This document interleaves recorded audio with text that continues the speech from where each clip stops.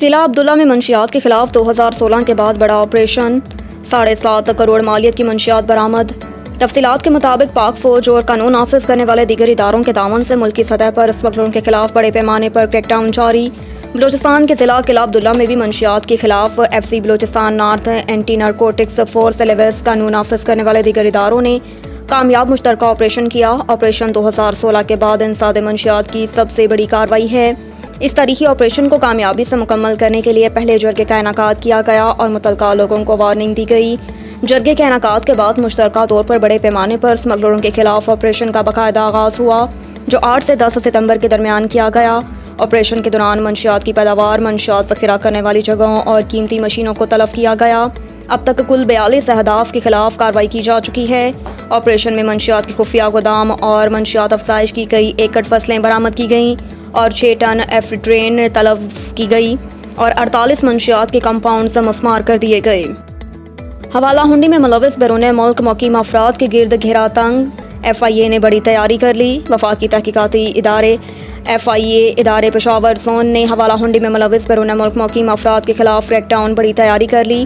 F آئی اے حکام کے مطابق حوالہ ہنڈی میں ملوث افراد کی معلومات کی فراہمی سے متعلق مختلف بیرون ممالک سے معاہدہ ہوا ہے، جس کے تحت ملک میں حوالہ ہنڈی میں گرفتار ملزمان کے موبائل فون سے بیرون ممالک کے نمبرز لیے جائیں گے، جبکہ ان کے موبائل فون سے لین دین کی تفصیلات بھی لی جائیں گی۔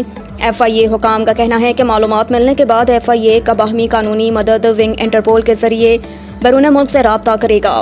ایف آئی اے حکام نے بتایا کہ بیرون ممالک سے ملزم کی شناخت، سبسکرائبرز اور بینک ڈیٹیلز دیگر معلومات طلب کی جائیں گی۔ تفصیلات ملنے کے بعد بیرون ملک سے حوالہ ہنڈی میں ملوث ملزم کی نان اویلیبل گرفتاری وارنٹ جاری کیے جائیں گے۔ نگران وزیر داخلہ کہتے ہیں بندوق کے زور پر کسی کو اپنا ایجنڈا نافذ کرنے کی اجازت نہیں دی جائے گی۔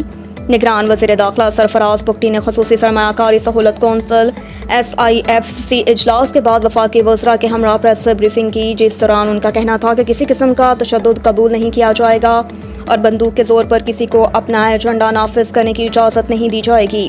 انہوں نے کہا کہ ملک میں اسمگلنگ کے خلاف مہم جاری ہے۔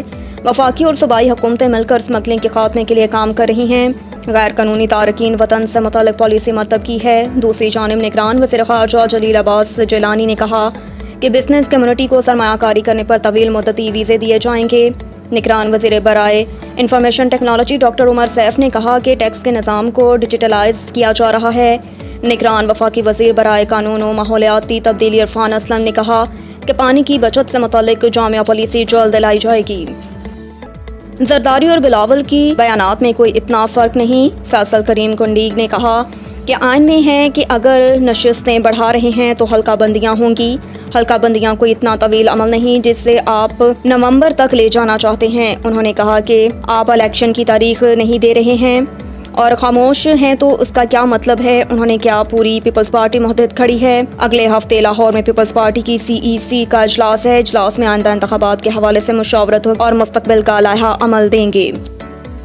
ڈسٹرکٹ پولیس آفیسر وہاڑی محمد عیسیٰ خان کی ہدایت پر تعلیمی اداروں میں انسداد منشیات آگاہی سیمینار کا انعقاد کا سلسلہ جاری۔ اس سلسلے میں ضلع وہاڑی کے پولیس افسران نے اپنے علاقوں کے مختلف تعلیمی اداروں میں منشیات کے خلاف آگاہی لیکچرز دیے۔ سیمینار سے خطاب کرتے ہوئے کہا کہ ایس ایچ اوز نے کہا کہ انسداد منشیات سیمینار کے انعقاد کا مقصد طلباء طالبات میں شعور بیدار کرنا، نوجوان نسل کو منشیات کے نقصانات سے مکمل آگاہی دینا ہے۔ منشیات میں مبتلا ایک فرد سے پورا خاندان مشکلات کا شکار ہو جاتا ہے۔ منشیات سے انسان کی صحت اور عقل میں فہم و شعور کی صلاحیت بری طرح متاثر ہوتی ہے۔ منشیات میں مبتلا فرد کے خاندان کے معاشی مسائل انتہا کو پہنچ جاتے ہیں۔ نوجوان نسل ہمارا روشن مستقبل اور والدین کی امیدوں کا مرکز ہیں۔ طلباء مثبت سرگرمیوں کو اپنائیں اور اپنے روشن مستقبل پر توجہ مرکوز رکھیں۔ منشیات کی روک تھام کے لیے ہم سب کو مل کر کام کرنا ہوگا۔ طلباء خود بھی نشے کی لعنت سے دور رہیں اور دوسروں کو بھی انسداد منشیات بارے آگاہی دیں۔ طلباء پولیس کو منشیات کے گھنونے کاروبار میں ملوث افراد کی نشاندہی کرے۔ تعلیمی اداروں میں منشیات کو فروغ دینے والوں کے خلاف سخت قانونی کارروائی عمل میں لائی جائے گی۔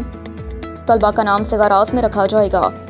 منشیات کا خاتمہ یقینی بنایا جائے گا۔ جس شخص کے خلاف کسی بھی تھانے میں منشیات کا کیس رجسٹرڈ ہو جائے وہ کسی سرکاری ملازمت کا اہل نہیں رہتا۔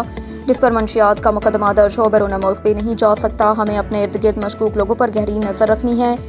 جبکہ اس موقع پر ڈسٹرکٹ پولیس آفیسر وہاڑی محمد عیسیٰ خان کا کہنا تھا کہ منشیات فروشوں کی حوصلہ افزائی کے لیے جاری مہم کے دوران 239 منشیات فروشوں کو گرفتار کر کے 150 کلو چرس، 24 کلو بھنگ، 6,415 لیٹر شراب برآمد کی گئی، جبکہ سہوکا میں بحالی مرکز برائے منشیات کی کامیابی کے بعد لڈن میں بھی ریہیبلیٹیشن سینٹر قائم کر کے 41 منشیات کے عادی افراد کو داخل کر کے ان کا علاج کروایا جا رہا ہے۔